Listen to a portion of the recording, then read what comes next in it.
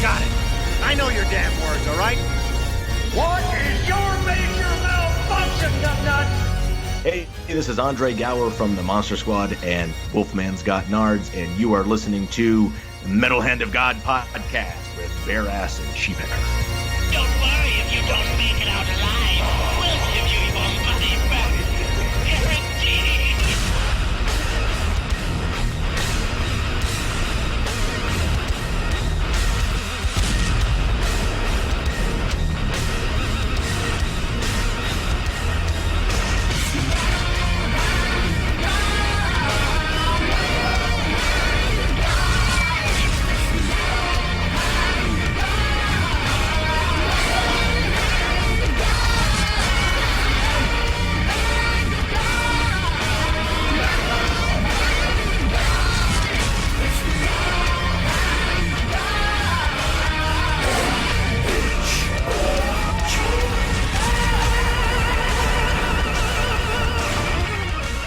Welcome back to the Metal Hand of God podcast. I am your host, Wayne, and tonight with me is the amazing, the most beautiful man on the planet,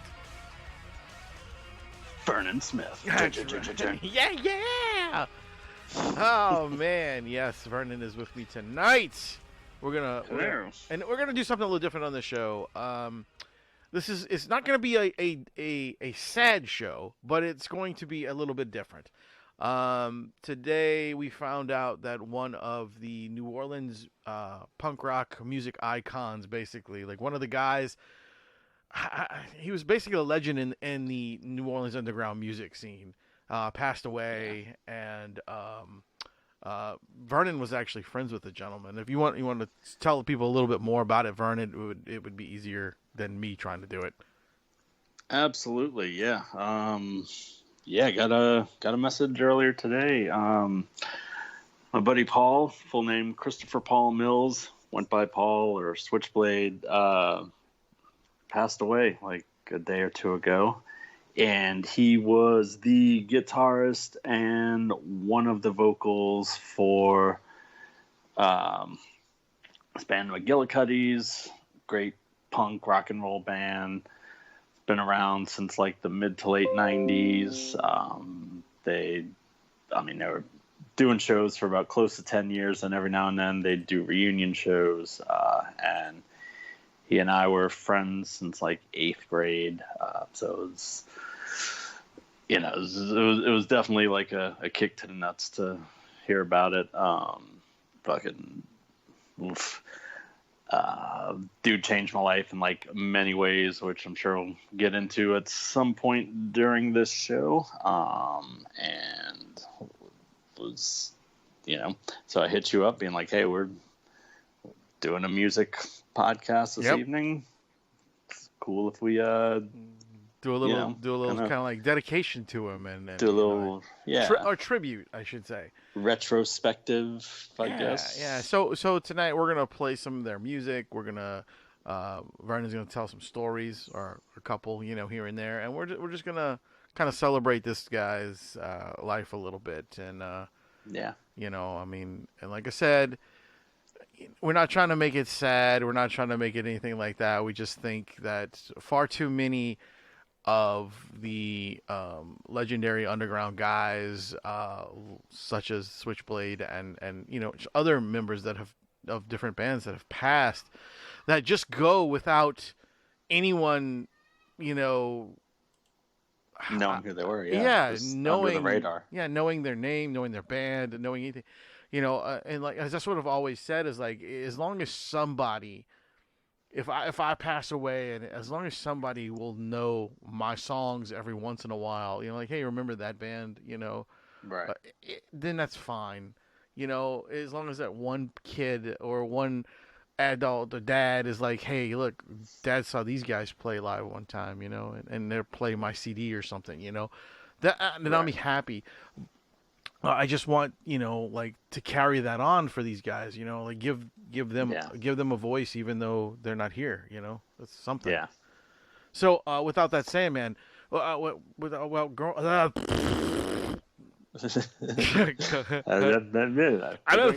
know, Baba Cha. Yeah.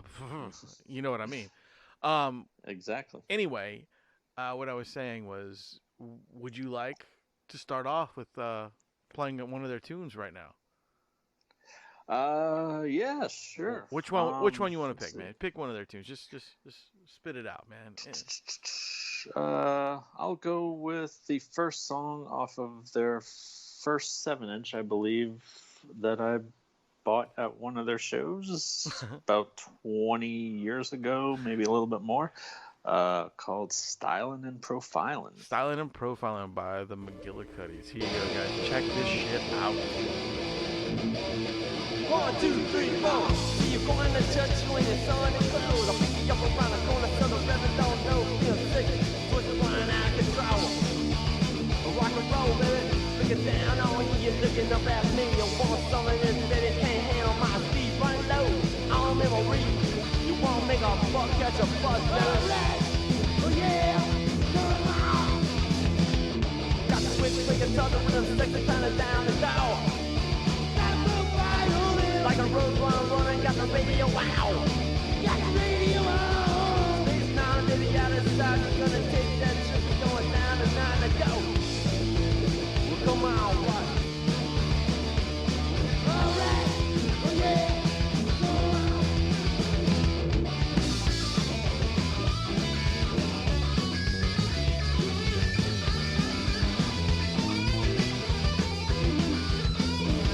See you going to church when it's on the clothes. I'll pick you up around the corner, baby. Feel sick, push the one out of control. Yeah, you know you like a rock and roll. Looking down on you, you're looking up at me. You want it, you can't handle my speed. Run low, I remember real rock. You won't make a buck, get the fuck baby. Oh yeah, There you go. That's a fucking great track, man. I really dig this band. You know, and like what I was telling you earlier is like it kind of reminds me of like it's definitely old school punk rock meets like rockabilly feel. You know, it's super Right. cool. Yeah. I mean, like this dude was like a music, I don't know, master aficionado. Like, I mean, I met the kid like I said in 8th grade, and he was just this, you know, skinny, long-haired, mumbling skater punk kid, and we were just like dick around and goof off and stuff. And him and his buddy Taj, who also like passed away years ago, they were just like these music experts at like 14 of like all things underground, punk, hardcore. Like I think they used to like fucking send letters back and forth to like Gigi Allen and stuff. What? No You way, know? This is like in 1988. God, I didn't even know Gigi Allen could write. Right. I think it was like written in poo or something. Ooh, that's worth more money now. Yeah, doo-doo, call back. And yeah, I mean, and these dudes knew all this stuff, like, dude, pre-Google, pre-iTunes, pre-internet, pre-anything, like just, like, you know, a Maximum Rock and Roll magazine and the local indie record store and whatever, like, friends they had, like they just knew everything. Like I was just like blown away, because like I was like a little metal kid when I was like in elementary school and stuff. Like saw Kiss when I was in 4th grade, but like I didn't know about any, like the only punk stuff I knew was like the Ramones and Sex Pistols probably. And you know, these guys showed me, you know, just all this indie label stuff. And yeah, then like about a year or so later, when I got a license, I started like going to all these shows, and it's like, you know, you're buying these albums from these bands, and then they're coming and they're playing at like, you know, some place the size of like your living room or your house, like just like 100 other people, and they're like 5-10 feet away and hanging out with you afterwards. Like it was just insane. Like that just blew my mind. And and it was like something I was really glad that I got into, and it was like seriously just from me and him goofing off, I became friends with him. He introduced me to his friends, and it was like definitely a life changer. Yeah. That's super fucking cool, man. Like, you know, and that's another thing too, man, is like I remember like my friend Marco, okay? Like we're still friends to this day. Like, you know, me and him have been friends for a long, long time.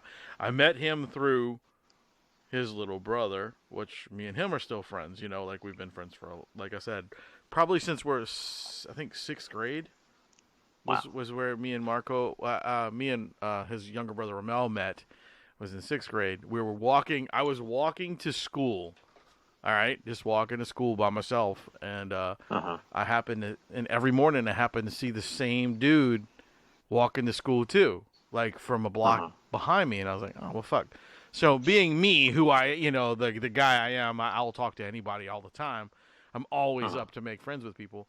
I walked up to him and said, hey, man, what's going on? You know, you walking to school? He's like, yeah. I said, all right, you mind if we walk? He's like, nah. So we started bullshitting together and hanging out and walking to school every morning.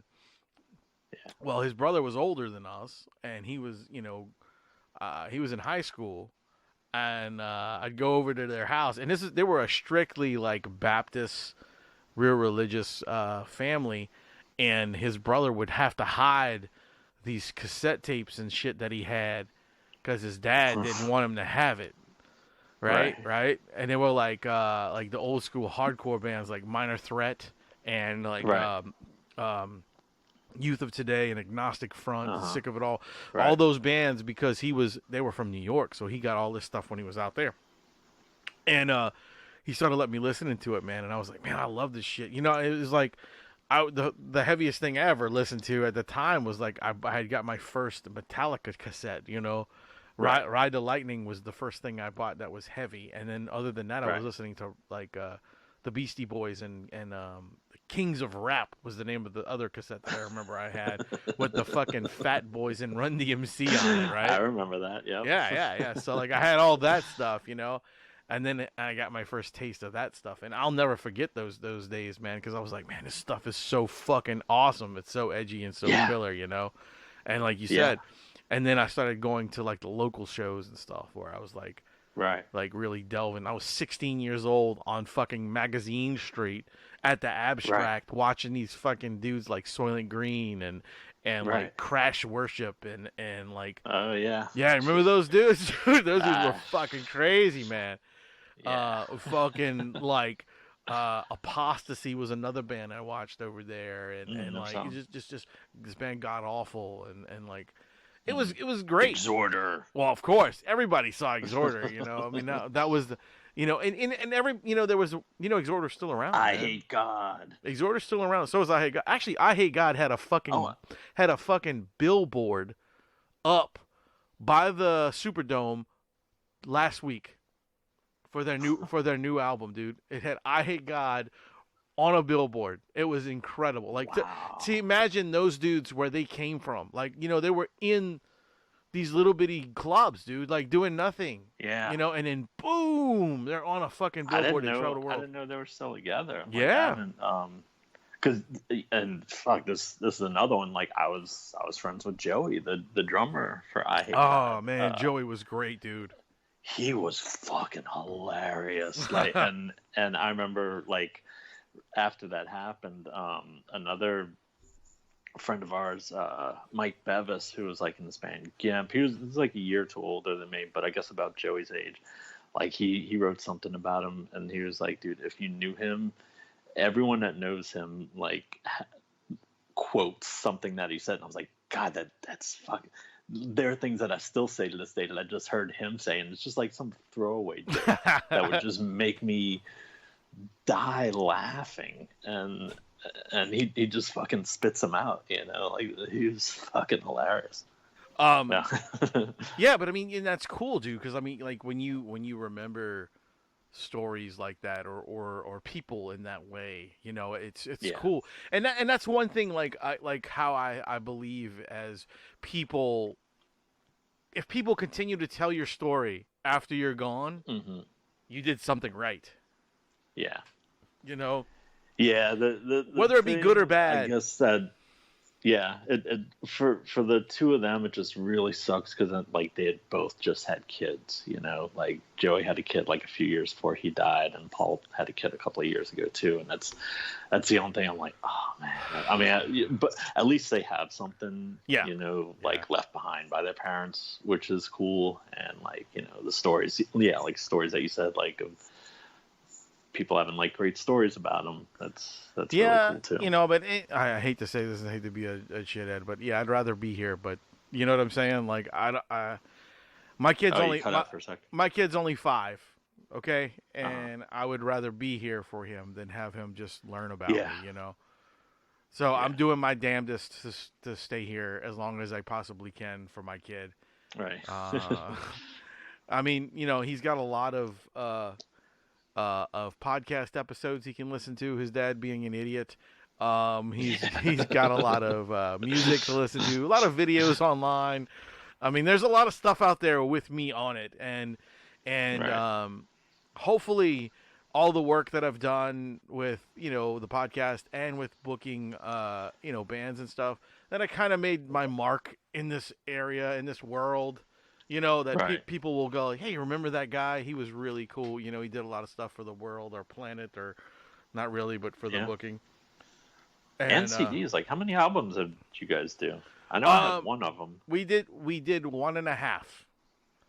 Oh, okay. Well, we have what, an EP? We were going to release a full length, and then we did a single that we released, and then we broke up while the full length was being recorded.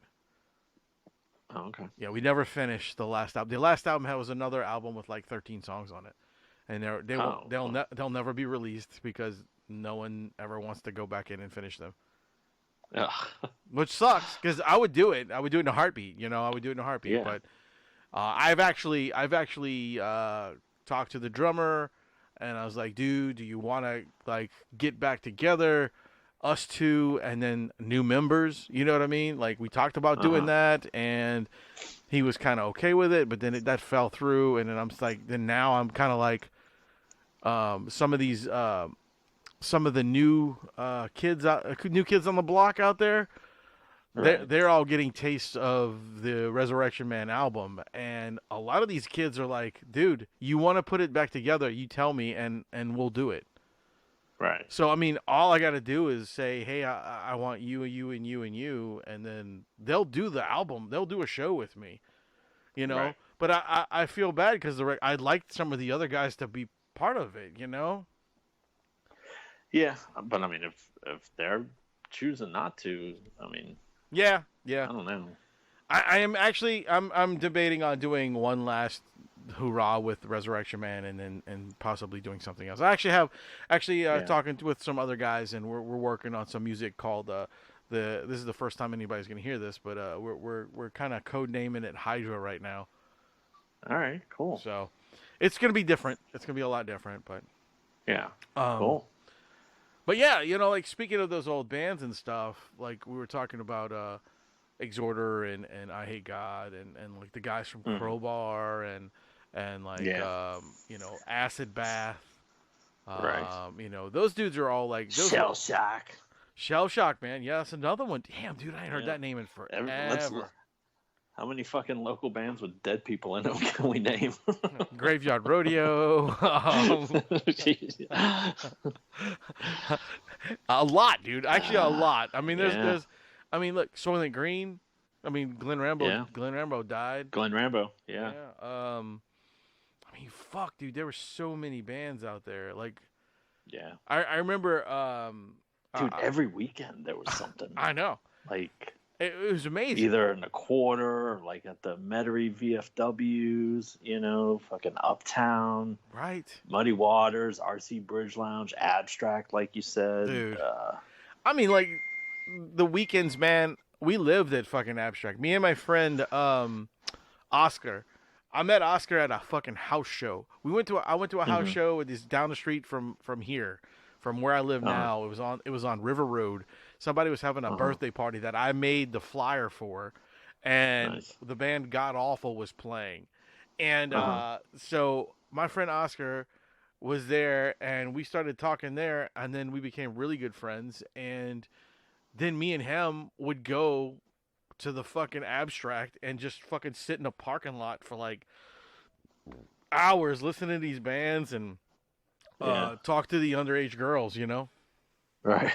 Well, but I mean, at the time we were all underage, so it didn't matter, you know? I mean, we were all 16 years old, you know? Yeah. Utterly ridiculous. Yeah. I know. That was one of my favorite days. The first time I ever heard this joke was when Oscar said it. He was an Asian guy, and these two girls that basically were at Abstract all the time were sitting there talking to us, and Oscar says, "Hey, baby, you got some Asian in you?" And then she looked at him, and he goes, "She's like, no." She goes, "Well, you want some?" And I don't, for some reason, it just tickles the fuck out of me, because you would know Oscar and you see how he is now, there's no fucking way that dude would have said the same shit to those people. Right. You know? Yeah. Dude, I used to say that to a friend of mine, this girl, Cindy, not the Cindy that I'm married to now, but a different Cindy. And she actually flipped it on me, because I guess she had Irish in her, and she was like, "You want any Irish around you?" And I'm like, "Oh my God." Around you? Yeah. That's good. That's good. I like that. Yeah. But no, man. You know, those were the days, dude. Like I will never forget those days. I will never forget being able to go into the Abstract with a can of spray paint and spray painting the walls. Like I tagged and this was during shows. Like I was in there with a spray paint can writing across the walls. You know. Jesus. I got to see like the band Dang Bra Why. Do you remember those guys? Yeah. I saw them. I remember saw them at RC Bridge Lounge. The ska band, right? I mean, they played all the fucking time. Yeah. They're still Which I around. wasn't really into. Yeah, no, I saw some recently. Like I am really good friends with the singer Howard, and like was that Howard? Yeah, Howard Love. Yeah. I mean, I met him like once or twice, way back, but like a lot of mutual friends, you know. And it was even like, you know, scrolling through Facebook, and it's like, here's someone you might know. I was like, no, but I know who he is. And I was like, all right, cool. Yeah, still around. Yeah, but actually... I didn't like ska back then, and I remember just being there, and I'm just drinking. I'm like, what's up with these fucking trumpets? Well, I mean, you know, it was a time and place, man, and like. Well, I mean, yeah, I was a kid. I didn't know anything. I just thought you were hardcore, dude. Fucking, yeah, I was like, just had to be 2 guitars, a bass, a drummer, and someone fucking, you know, yelling about cops being stupid or whatever. Yeah. You know.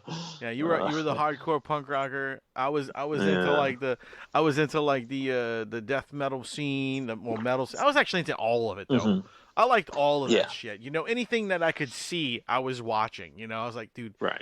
You know, I was always sucking up stuff like that. And the most people I've ever seen, the 2 shows I've seen at the Abstract that was the most people ever was for a Dang Bra Why show. When there was like 200 kids in that building. It was fucking insanity. Yeah. And then the second show was when Green Day played there for Kerplunk. Oh yeah, Kerplunk. Yeah. Yeah, that was unbelievable. Like I didn't even know who those dudes were. But and I remember them coming, and dude, honestly, I don't even know if I was there. Like sometimes I think I was, sometimes I think I wasn't, and I mean it's a legendary show, dude. Well, a lot of times it was like there was just a show, and it's like, oh, you're going, yeah, okay, and it was like, yeah, I might just hang out outside, or it might be inside, and not even like, dude, the first time I saw NoFX, I don't know who the fuck they were. Like it was just a band that everyone was talking about. They were playing at Storyville, and I just remember that like there was this huge fight that broke up, and there was like five opening bands, and so it's like you're just sitting through all these bands that you know Slugs, fucking whoever. And then like NoFX, and it's like there's this fight that's been kind of brewing, and then NoFX is on. They play like a handful of songs, and then like this fight just erupts, and like the bartender pulls out a gun, and Holy some skinhead shit. throws a bottle at him, and the fight just spills out into the Like water. little parking lot, little area, like whatever that street that ran along the river, and then the show was canceled, and I was just pissed. I was just pissed because it was just this big talked about show. Right. But I didn't. It was like I hadn't heard their music before, and then like I got their album and I listened to it, and then they came back again like maybe a year, because this was like in 10th grade, and then like they came back again like in 11th grade, but it was like during the week, and they played like somewhere uptown again. It might have been RC Bridge Lounge also, or Muddy Waters or someplace, and it was only like 15 people there. Wow. And so like I was like, okay, I actually finally get to see this band, and now I'm familiar with their stuff. So yeah, I don't think, because I really don't have, but I don't have memories of a lot of these shows. Right. I don't think I was, if I was at the Abstract for Green Day, I was just outside. Yeah. Because the first time I remember like really, really seeing them was about a year or two later when they played at Tipitina's. I got you. And that was like right when Dookie came out. Cool. Yeah, so I'm telling you, dude, that show was pretty epic, you know? Yeah. I mean, I never heard of Green Day, and then I was, like I said, we would just hang out in the parking lot, like you said, and then we just happened to go to the show. Then it was just the memories, man. Yeah. There was that, and then do you remember the New Orleans Music Hall? Instead of Howlin' Wolf now, that's what it's called. Mm-hmm. But it was called the New Orleans Music Hall. That was the first time I ever saw Gwar. Was there 1989 or 1990, somewhere around that area, when they played there, and dude, like I've seen them 13 times now, and see, I haven't I'm seen friends them since with the them. music hall. What? Yeah, I mean, I had a great time there. It was, I mean, but it was supposed to be them and the Melvins, and like I think Buzz fucked up his throat, and so like Melvins didn't play. But Melvins, I mean, Gwar put on a great show. Who had to open covered for him? In jizz and blood, and it was really hot inside the club, so like the fake juices were really cold, and it was amazing. It was nice, yes, dude. That's a band that I'll go see anytime they ever play. Yeah. So we've been running off about different shows and stuff. Let's play another song by the McGillicuddy's band. Go ahead, you pick the next one. Let's see. We can do there's Iwo Jima Baby, which is it's kind of a split track with I think Nothing Nice. Or no, or is that Fart? I mean, yeah, do Iwo Jima Baby. I think that's one it's like a split track. It's either that one or Fargo Stomp is one with Nothing Nice. All right, with it. But, here you go, guys. Here's Iwo Jima Baby by the McGillicuddy.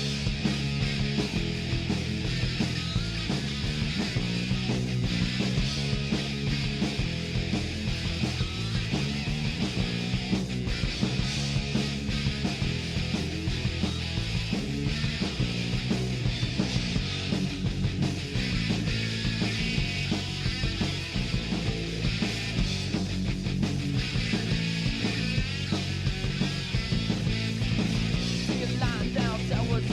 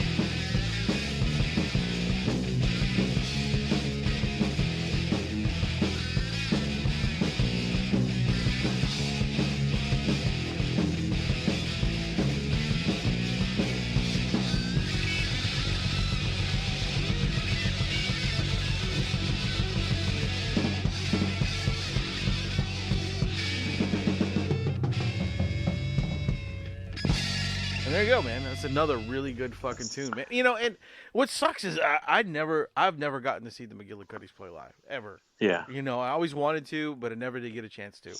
And I mean, I just remember seeing their flyers everywhere all the time. You know, and there you go. I'm aging myself again. I said flyers. Kids these days, what a flyer is what we used to put these things together. And they're not digital. Right. They're actual paper that we used to staple to walls. Right. Telephone poles or our bedroom walls. Yeah, right. Man, and it's just a shame that, you know, like, we'll never get to see him play. Yeah. You know, I mean, I won't ever get to see him play. I mean, you did. You got to see him play, so. Yeah, saw him a few times. I even like brought a girlfriend of mine at the time, and she was, you know, like a musician, but like kind of classically trained, and like she was blown away, you know.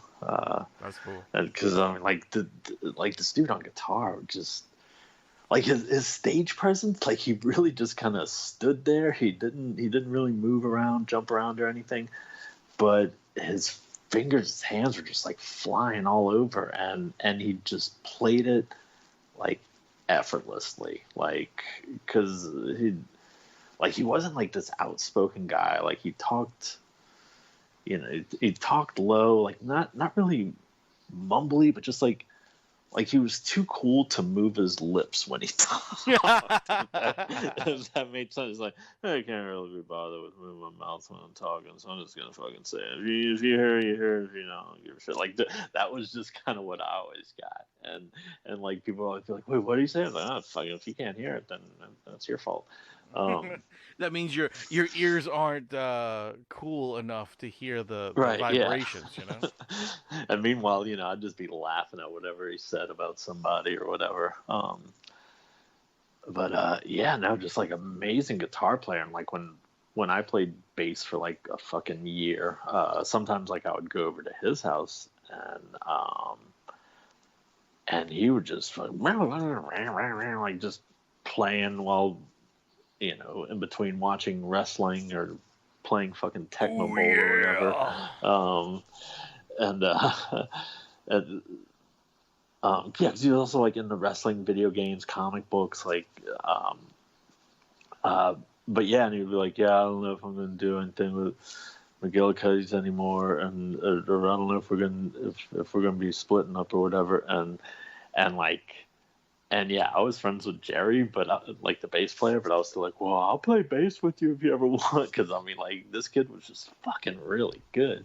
Or I was like, if you ever want to do a side project, because I mean, he would just come up with some little riff, and it was just a throwaway thing, and I was like, wait, what was that? He's like, I don't know, and I would try and remember it, and then go home and like recreate it on bass and like build something around that. And I was like, dude, like I'm building things on stuff that they were just throwing away. You know? yeah, just getting rid of it.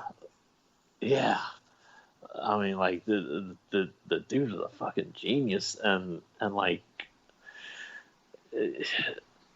and like today, just, you know, hearing from like a friend of ours that you know, kind of broke the news to me, and then like also like hearing shit from his girl, like about how like just like nice things that like he said about me and about like stuff I was working on. And wow. Fuck, sorry. No, it's okay, dude. I understand, man. I understand. Yeah, no, it just like really, I was like, it's cool, like someone that like you know and that you admire, and then like hearing them kind of say the same stuff about you, you know, like I was like, oh, right. Like that really kind of blew me away.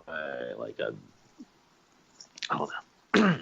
Kind of, it feels good to know that someone that, like you said, that you admire is basically recognizing you, and also feels the same way about the stuff that you do. Yeah. That's very cool, man. That's really, really cool. Yeah. And you know, and it's just it's tough all the way around, man.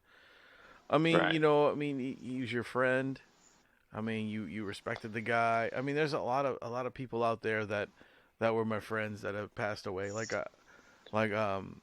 Not many people know this, but the original, well, not original, but one of the drummers to the Resurrection Man band, he passed away, and he had brain cancer, and he had went through surgeries 2 or 3 times, and he had passed away, and he had stopped playing with us, and we actually played at his wedding. Mm-hmm. Like Resurrection Man he had a live band. This is one of my fondest moments of being in the band. Is he got a live band, and then he said, "Look, all my bandmates are here. Would you mind if we did 3 songs?" And the band was like, "No, come on, come do it." So we ended up playing, oh God, Bill Withers, Ain't No Sunshine. Yeah. But we did it like Me First in the Gimme Gimme style. We did that. We did one of our songs, which blew, everybody was like, "What the fuck?" And then we also did Sweet Caroline, because his wife's name was Caroline. Right. Oh, cool. So we played that all at the wedding reception, and we had the entire reception was in front of us, and it was like it was a goddamn fancy mosh pit. Everybody was jumping around and screaming, and I was like, "Yeah, this is awesome. We could be we could be a wedding band, you know?" It's like beer spilled on the floor. Yeah, but it was cool, and you know, like, it was really tough for me, man, when he passed away. I mean, we played together for like 4 years. You know, wow. he's the drummer that's on the actual album. And you know, when he passed away, man, I was devastated. I was like, "What the fuck, man?" I knew he was sick, you know, and all that stuff, but it was terrible. And I didn't grow up with him like all the other guys in the band. Keith, who went from being a bass player to our drummer, him, our older guitar player, both our old guitar players they all grew up, went to high school together, all of them, and. Yeah, so I mean, it was tough. They lost a childhood friend, and it was bad. And so I understand, man. Like I respected that guy very much, and to have him pass away like that, it was, you know. Yeah, it's especially when it's like, all right, well, those of us that have made it this far, like, you know, maybe they're in for the long haul, because it's like there was a time when you're younger, and it's like, especially in this scene, like you're getting people that are checking out at like a pretty early age, you know, fucking early to mid 20s, doing dumb shit or doing it themselves. Taking their own lives, that kind of shit. Yeah, but now we're at the age where it's not that's not what's gonna take us out.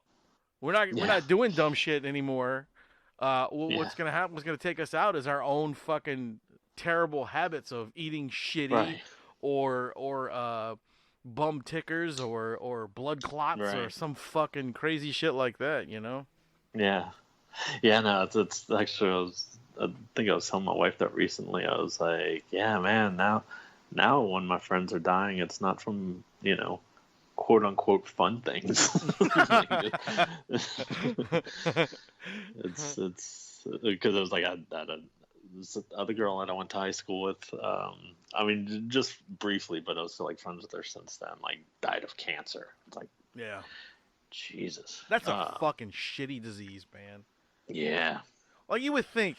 Did you see how fast they came up with the cure for the vaccine for fucking COVID, man? Why the fuck has it taken you guys 100 years and you still ain't figured out the fucking thing to kill cancer? I know it's a campaign promise, and those are pretty much always full of shit, but apparently that's what Uncle Joe is promising for this term. Really? So, yeah. I'll fucking believe that when I see it. Yeah.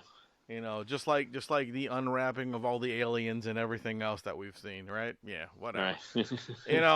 You know, and not to get all political and bullshit like that, because this is not that kind of show, but they're all fucking full of shit, no matter who you vote for or what you vote for and how it is. They're all fucking corrupt assholes, and they're there for themselves, guys. In the long run, they're there for themselves. Just remember that. Right. But so enough of that. I'll take fucking anyone over the last one. Sorry if that offends any fucking red tie wearers, but no, I mean, that dude was just a lunatic. And I'd put it this way, I don't care. Like I mean, I'm not saying I voted for him. I'm not saying I didn't vote, but it was just a fact of, I didn't care who was in there. He couldn't have been any worse than the last one, and it wasn't going to be, it was just one of those things where you got to give it a try. I mean, he was, he started out okay, then he went fucking batshit absolutely insane. He went off the deep end. And that's one thing that I will admit to, and I'm not gonna, like fucking revise or say otherwise. 4 years ago, I was actually like, all right, well, let's see where this goes. Right. I was like, hey, it's something different, and I'll admit, that came and bit me and half the nation in the ass. But I'm not gonna act like I didn't. I mean, no, I didn't vote for him, but I was like, hey, you know what, this could be interesting. Whatever. He's let's not see a what career happens. guy, but yeah. But he was a little too great. He got a little too wacky towards the last 6 months. Yeah, and the last few weeks. Well, yeah, it got even worse. yeah. But one whatever. little insurrection later, and it was wild, dude. It was wild. Yeah. But yeah. Back to the music. Back to the music. Whoa. That's right. Pick another song, man. Pick another song. Let's play one more before we get out of here. You know what? He's not on vocals, but I gotta go with Sweet Cotton Drawers. All right. Putting Jerry on the mic. Here we go, guys. Sweet Cotton Drawers by the McGillicuddies.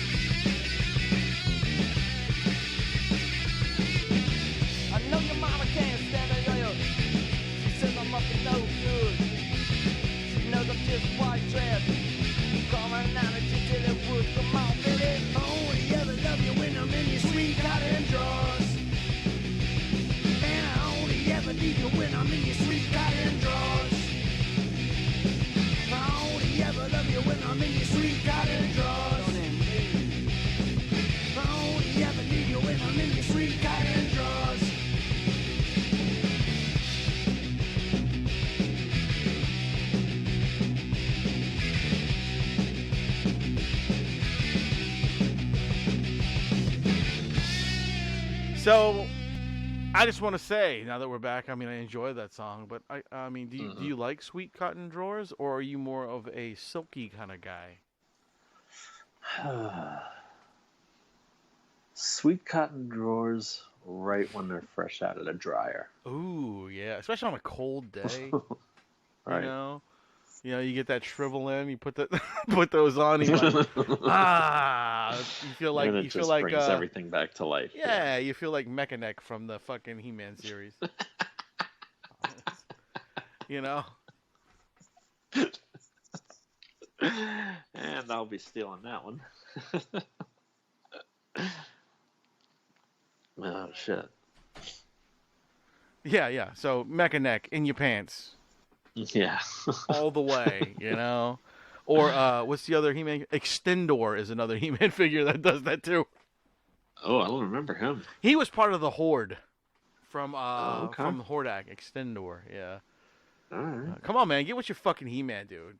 Come Dude, on. well, I'm a He-Man. Sorry, it's been like fucking 35 years. Hey, man, I'm a He-Man collector, so I'm one of those dudes that's like, you know, I'm a big fan of the Masters of the Universe line, and like yeah, no, I mean, I loved it as a kid, and like my buddy Val, I think like actually runs a whole bunch of He-Man stuff online. Like, wow, okay. This dude Val Staples, he's like a comic colorist, but he's also like a huge He-Man guy. Cool. So yeah, if you're on the Facebook, you could find him in my friends list, and I'm gonna do that because see what he's up to. I'm a fucking He-Man nerd, so yeah. But anyway, I wanted to get into, you know, more about these old shows and stuff that we used to go to as a kids and things like, you know, and I feel awful because my child will never get that experience, never. Which like, I'm kind of glad about at the same time. Are you really? Because as much as I loved it, could you imagine seeing a bunch of drunken 15-year-olds stumbling around the street? Well, you got to think like, about this. It's a different age. That's what I mean by like they will never get that experience. Like they will never be able to do the things we did. Like my mom and dad were allowing me to go as a 15 and 16-year-old kid on Magazine Street in the middle of the fucking night into a fucking old warehouse behind a goddamn halfway house, you know, attached to a bookstore to watch a local band for $5 in the middle of the ghetto. Yeah. You know? I mean, and that's what we did. And these shows were at bars too, like Muddy Waters, Tipitinas, RC's. I mean, like, yeah, they were bars. We could get Storyville, like these were Storyville was on Decatur Street, right, and it would just spill out, you know, across from like Decatur House and Kagan's and Angel like, and all that shit, and we're just hanging out at the fountain, drinking beers and smoking cigarettes, and it's like, you out of your fucking mind? How is this possible? It was a fucking life, man. Like, I remember telling my daughter, I mean, she's only like 10, and it wasn't like some crazy story, but it was like some kind of story, and she's like, why is it that like all my friends' parents have like these crazy stories from when they were younger? We don't really have those now. And I'm like, you don't have them now because we did, and there's no way that we would let you guys do half the things that we did, because also like half our friends aren't around anymore. There is no way, because they didn't make it. There's no way I would allow my son. Yeah, I don't know if I would allow him, but like it's a different day. You know what I'm saying? Like like nowadays, back when we were growing up, the worst thing we could have gotten done was either a fist fight or stabbed. Yeah. You know, now everyone's carrying a gun, and you bump into them and say, "I'm sorry, excuse me," and you get shot in the face. Right. You know, it's a completely different world, and like the also with the like with the concerts and stuff, there aren't really any small venues like that anymore. I mean, I book for a small venue. Babylon is a little bitty place, okay, but it's a safe place. It's not like we were, you know, like when we were kids, where we're going into these fucking rundown, almost like DIY shows, you know?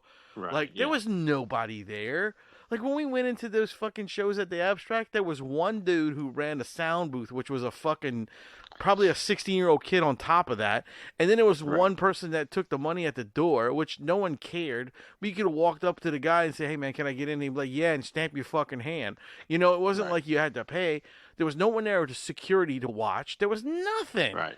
You know, Yeah. it was fucking ridiculous. Nowadays, you know, at least with the smaller venues, you do have a little bit of security. You do have to be 21 to get in, you know, that kind of Right. stuff.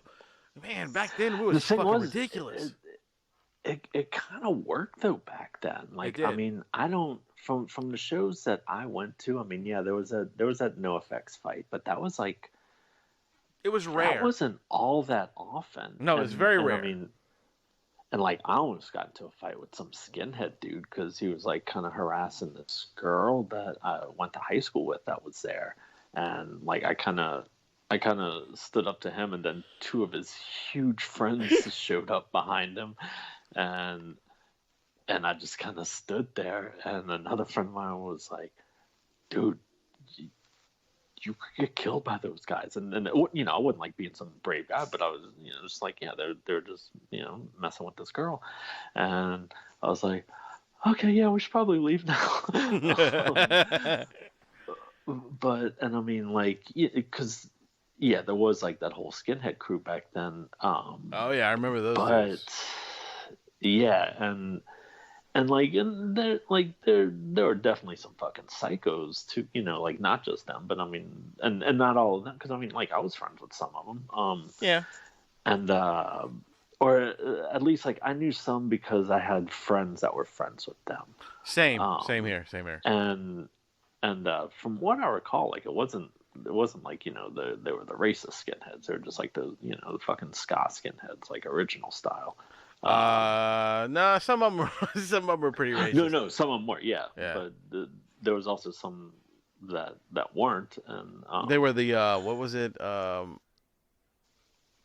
Skinheads against what, the Sharps? Sharps, that's it. Yeah. Skinheads against racial prejudice. Yeah, I was trying to remember what their fucking name was. Yeah. Yeah. I remember the Sharps, man. I remember those guys too. But like there wasn't, you know, like fights, like violence, at least like at the shows that I remember for the most part. And I mean, dude, I remember one time like I was in a pit. It was either like a Bad Brains or a Bad Religion show, and I got knocked down or I tripped over my bootlaces or something, and I like go down to like tie my laces, and I kind of realize like I'm not getting trampled on, and I look up and there's like this short but like just stocky kid, like muscles and shirtless, and he's just standing in front of me with like his arms out, just like blocking the fucking pit that's going around. I'm like, wow, thanks, you know. And it was like, you know, I'd get passed around and never fell. Like no one ever. Like it was kind of like people were looking out for each other. We policed each other pretty well back then. Yeah. But that's the problem. But is nowadays. That being said, I wouldn't send my kid to one. But what I'm saying, but nowadays kids don't give a fuck. I mean, you think about it, they don't care. And on top of that, not only do they not care, like the world is so different now. Like they're like between even the sexuality between all these kids are. I mean, like you know, like with the sexting and all the shit on the phones and stuff, it's such a fucking different world for them. You know, like I mean, think about it. Like when we were growing up, it was like. We had to wait 45 minutes for a fucking downloaded picture. and that was later in life, you know, that was like 17, 18, you know? Yeah. And before there was no way. The worst thing we could do is have a girl talk to us dirty on the phone. You know what I'm saying? And then hope and then hope $3 a minute. And then hope that your mom doesn't pick up the phone while she's telling you dirty stuff, you know? Yeah. And hope that she was actually a girl. Right. So I mean, it was a different time, man, and then that's why I think it worked. You know what I'm saying? Like it worked because we were different people. Like the kid, like I said, the kids these days just don't care. Life is nothing to some of these children, you know. Yeah. But anyway, guys, we regress, and we've talked.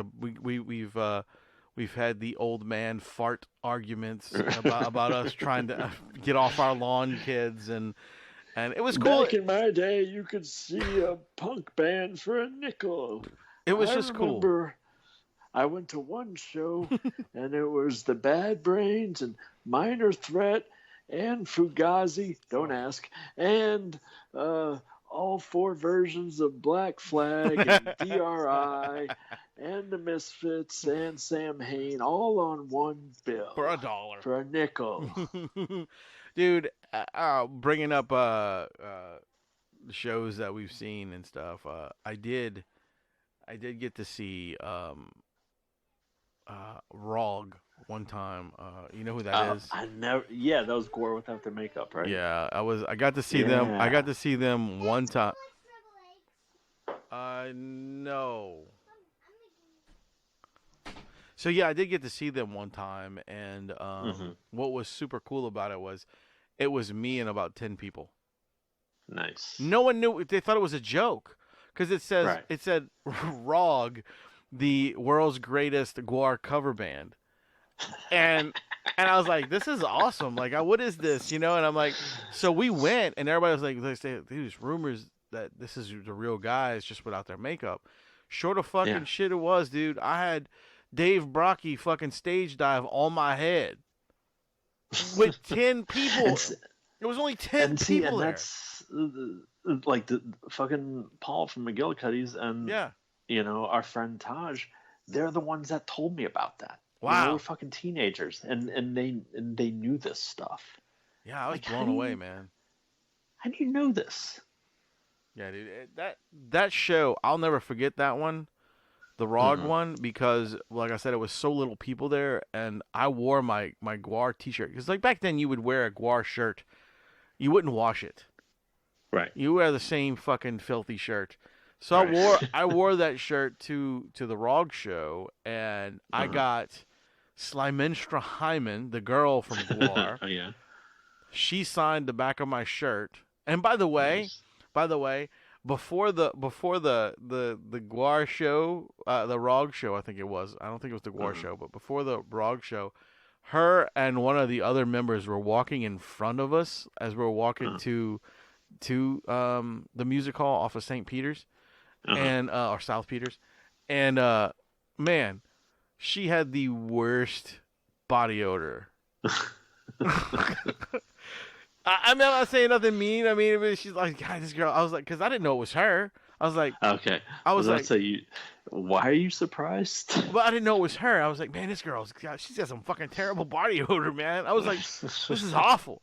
But we went into the show, and I had her sign the back of my shirt, and she put on there "slave boy" and scratched it out and put "girl." Nice. And then I had Techno Destructo sign my shirt, and I got to talk to Dave Brocky a while because there was nobody else there, Right. So it was really cool moments, like, and like I said, there's shows that I remember from local bands to bands that were not very popular that are huge now. Yeah. Like I paid $1 to see 311 at the music hall with again like 20 people. Right. And then like 2 years later they're fucking selling out arenas. I'm like, yeah. It's crazy. Crazy. Yeah. But yeah, no, I love that. You know, it's like, and like, yeah, like a friend of mine's band, Shakespeare in Hell, got to play. Like, no, I take that back. They got to play with Coheed and Cambria. Well, Coheed and Cambria opened up for them. And at a little venue in Metairie, before Coheed was anybody, there were nobody. No one knew who the fuck they were. Yeah. And now they're massive. They sell out. Right. They fucking sold out all the arenas in the world. Yeah. But it's very cool, and I feel terrible that I don't think my son and your daughter will ever have the experiences to go to these shows and see these small bands that blow up to be big. Like that. It's just going to be like, well, this is what you get to listen to now. Here's the programmed radio. Right. Yeah. And even the ones that didn't get big, just like you having their album. Yeah. And you get to see them, but you see them from just like 10 feet away. Right. Isn't that cool? Like the no barricades, no nothing. You're just right there, Yeah. And sometimes they'll hop off stage and just walk up to the bar afterwards. Yep. And like I've been within a few feet of pretty much all of my favorite musicians. Yeah. I've never talked to any of them because I was always just like, I didn't know what to say. Like, I just felt like a turd going, "Oh, I like your music." It's like, "Oh, cool, you're the first person to tell me that." Like, I didn't know what I could say that would be unique. But if you walk up to him and say, "Hey, I'll suck your dick," I mean, that would be, right? Yeah. But then they might take me up on right. it. Like, I was gonna say, I don't know how okay, unique cool. that'll be. Yeah. I was like, "Dude, I blew the guys from Rocket from the Crypt. It was awesome." All of them. Yeah. There's like 7 of them. Oh shit. The only musician that I regretted that I didn't get a chance to talk to, but I mean, I spoke to him for a second, and then he had to go back and do his work, was Mike Patton. Oh yeah. I got him this. I went to see Phantomus at the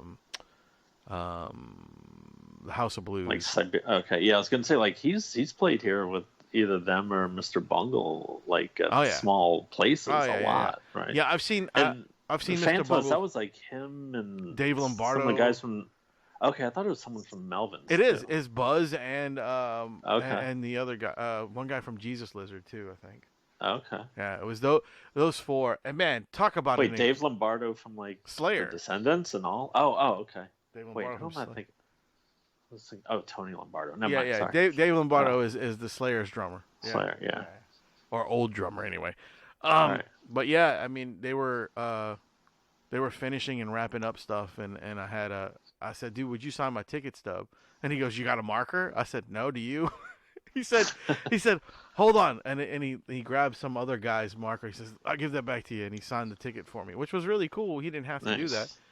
And then another time I saw Tomahawk was another band that he was in. Right. Yeah. And they played at One Eye Jacks, but it was something. It was something else before One Eye Jacks, whatever that was. Oh, you know what I mean? Yeah. Fuck. I cannot think of that.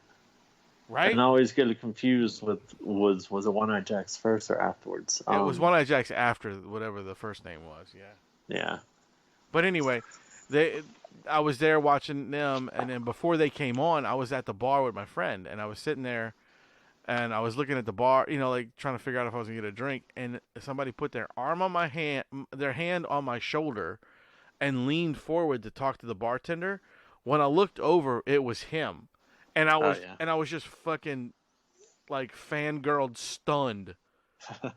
I sat there for a second, and then he said, "Hey," and he walked off, and I got up, and I'm like, I'm gonna go follow. I need to go talk to this dude, I got up, I walked outside. And when I walked outside, he was gone. It was like a fucking ghost. Poof. But he's like one of my main favorite of all time singers. Shim Sham. That's it. Yeah, there you go. Yeah. He's one of my favorite singers. So. Yeah. Musicians all around. Yeah. But anyway, enough of that shit. So guys, look. I say this, and I say this, really, with all my heart, man, go out, support the local guys, because you never know when something shitty's gonna happen, and you don't want to miss out on something great that an experience that you will have for a lifetime. And so any last words there, Vernon, about your friend? You want to go ahead and tell everybody? Well, I would also say just, hey, if there's anyone you haven't reached out to in a while, fucking reach out to them, because you never know when it's like, oh man, I haven't seen them. Like there's some people where it's like, yeah, here they die and I hadn't seen them in a while. Then there's some where it's like I saw them right before and I'm like, all right, cool. I'm glad I was able to do that. Yeah. And just live a good life. Make sure there's no bad things going on between you and anyone. And if you can, I don't know how, but try and find some McGillicuddy's music. There's a little bit on YouTube. I actually saw a mutual friend of mine and Paul's posted something that was like a song I'd never heard of, and it was like right before we hopped on here, so I have not listened to it yet. But I know it's called Porkchop Cash. Nice. And it was from, I guess there was a documentary called No-Fi that's his like a live documentation of New Orleans garage / surf / punk. Oh, I gotta look that up, man. I want to see that. Yeah, and because it's from like Turducken Records. Oh, well, it could just be a compilation then, because I know like one of their 7-inches that they put out was on Turducken. And I've got like those 6 songs that I had 7-inch records of and switched them to MP3s. And I'm gonna reach out to Jerry and see if he has any that could be posted on YouTube. And so if anyone can try and find any, hopefully they'll be able to listen to these guys, because they were a good band. He was a good guy. Definitely going to be missed. And thanks for listening to me talk about it. Yeah, man. I appreciate you being able to come out on the show and do that, man. You know, I mean, I do. Oh yeah, I know it's tough, and I think he deserved the spotlight as much as we gave him. You know, he probably deserved it a lot more than we gave him, but you know. Yeah, I always was just like, why is this dude not a fucking rock star? Like he was just that good, like an amazing guitarist. Yeah. Well, guys, like we said, reach out to your friends. You know, go talk to everybody. It's just cover your bases. Yeah. And be good and don't be a fucking asshole. That too, definitely. But don't be a dick. If right. everyone just lived by that, the world would be a better place. Or real. Yeah. But again, guys, I was your host, Wayne. I was your co-host, Vernon. And as always, remember to keep it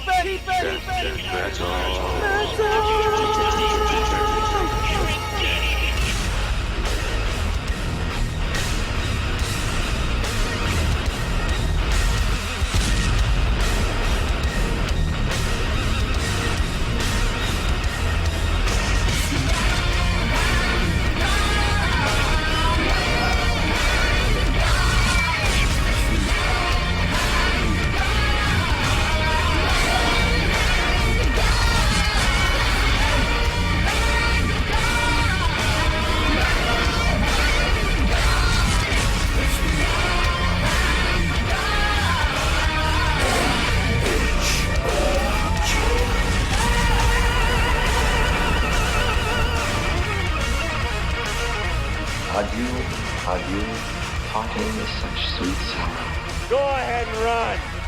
Run home and cry to Mama. Okay then. That's it. Get the fuck